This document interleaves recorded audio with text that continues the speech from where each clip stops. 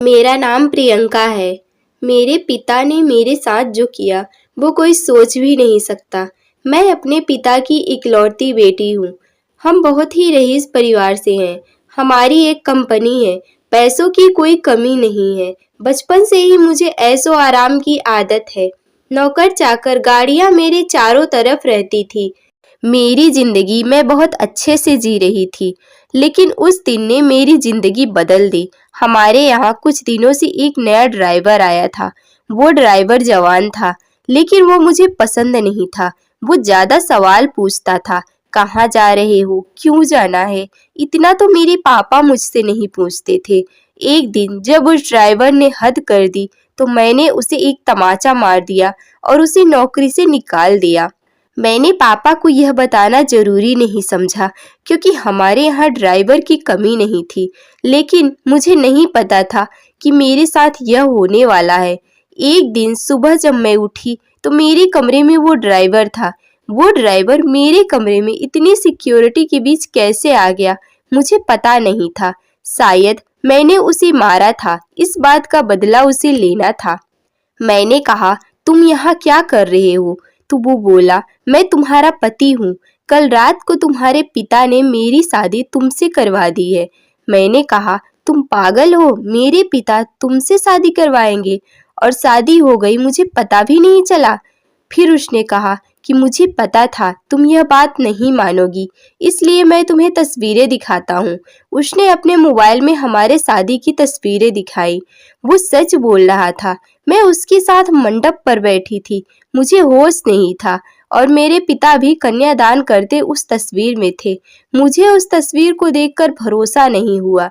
मेरे पिता जो मुझसे इतना प्यार करते थे, वो मेरी शादी बेहोशी में मेरी मर्जी के बिना एक ड्राइवर से करवा सकते हैं। मैं उसी समय अपने पिता के पास गई। पापा को कहा कि पापा, यह सब क्या है? यह कोई नाटक है? यह ड्राइवर के साथ आपने मेरी शादी क्यों करवा दी, वो भी मुझे बेहोश करके? आप ऐसा कैसे कर सकते हैं? पापा ने कहा कि वो मजबूर हैं। मैंने कहा, मजबूर? हम मजबूर हैं? इतने बड़े होने के बाद भी? इसकी क्या औकात है? हम इसके आगे कैसे मजबूर हो सकते हैं? वो बोला, जवान संभाल कर बात करो, अब मैं तुम्हारा पति हूँ। मैंने कहा, अब मैं इस शादी को नहीं मानती। यह कैसी शादी? यह मेरी मर्जी के खिलाफ है। वो बोला कि मर्जी तुम्हारे बाप की थी, जो इस तस्वीर में साफ दिखाई दे रही है। वो बोला, चलो अब मेरे साथ। मैंने कहा, चलो कहाँ? यह मेरा घर है। वो बोला, नहीं, तुम मेरी पत्नी हो और अब तुम मेरे साथ रहोगी। अगर नहीं मानी तो यह तस्वीर मीडिया में जाएगी। मेरे पिता चुपचाप खड़े होकर यह तमाशा देख रहे थे। उसने मेरा हाथ जोर से पकड़ा और खींचकर ले जाने लगा। इतनी सिक्योरिटी, लेकिन कोई उसे रोक नहीं रहा था। मेरे पिता भी जैसे भूत बन गए थे। पर मैं रो रही थी और वो मेरा हाथ खींचकर मुझे ले जाता रहा। मुझे नहीं पता था कि उनकी क्या मजबूरी थी, पर इन सब के बीच मेरी जिंदगी के साथ बहुत बड़ा मजाक हो रहा था। वो मुझे अपने घर में ले गया। घर नहीं, पिंजड़ा था। एक छोटा सा कमरा। बाथरूम के लिए भी कमरे से बाहर जाना पड़ता था। उसने कहा कि अब यही मेरा घर है, यहीं पर रहना और खाना है। पास में बहुत सारे कमरे थे, उसमें भी लोग रहते थे। मैं ऐसी जगह आ जाऊंगी मुझे पता नहीं था। उसने कमरे में खाने का सामान रखा और कहा कि भूख लगी है, खाना बनाओ। एक थप्पड़ का बदला वो इस तरह से लेगा, मुझे पता नहीं था।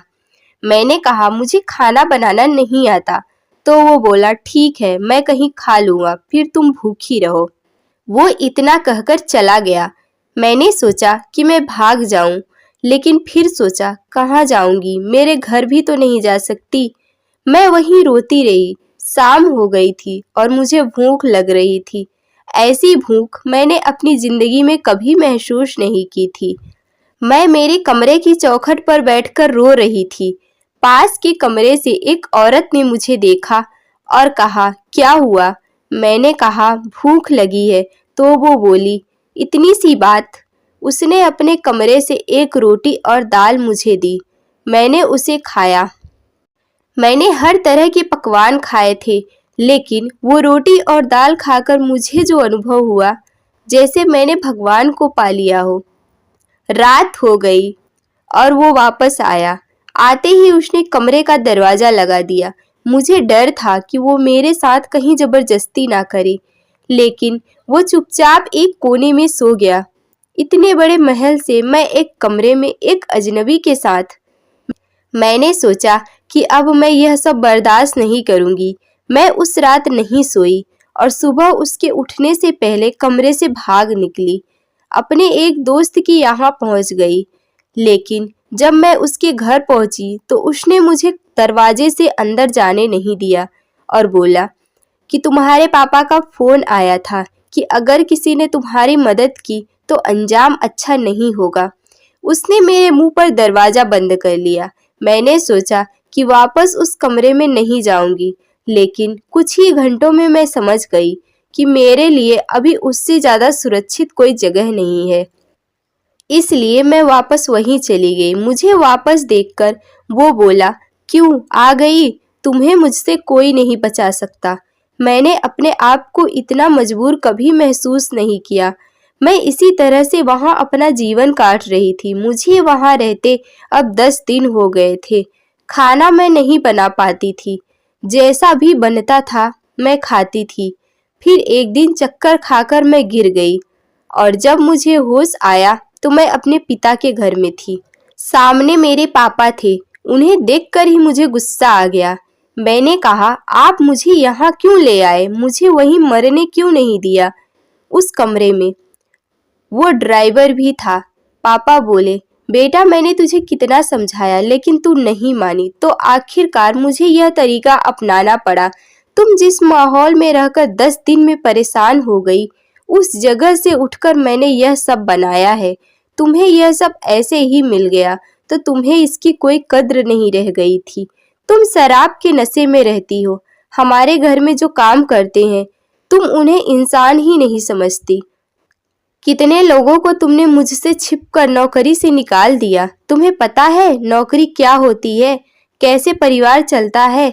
शायद तुम इन 10 दिनों में कुछ सीख पाई होगी। यह ड्राइवर नहीं है, मेरे दोस्त और बिजनेसमैन रमन का बेटा। यह तुमसे शादी करना चाहता था। मैंने ही इसे कहा कि तुम पहले उसे जान लो। उसने तुम्हें फॉलो किया तो वो समझ गया कि तुम गलत रास्ते पर हो। इसलिए हम दोनों ने मिलकर यह नाटक किया ताकि तुम्हारी आंख खुल सके। जिस रात तुम्हारी शादी करवाई थी उस रात भी तुम नशे में घर आई थी। पैसे और जिंदगी की कद्र करो, यह सबके नसीब में नहीं होता। यह सब मेरे लिए था, मुझे सिखाने के लिए, और सच में इन सब से मेरी आंख खुल गई। अब मैं एक नई इंसान बन गई। अरुण ने भी मेरा फायदा उठाने की कोशिश नहीं की। मुझे पता चल गया था कि वो मुझसे कितना प्यार करता है। पिता की यह सीख मुझे एक नया इंसान बना गई। दोस्तों, आपको यह कहानी कैसी लगी? कमेंट बॉक्स में जरूर बताइएगा। मिलते हैं अगली कहानी में। तब तक के लिए धन्यवाद।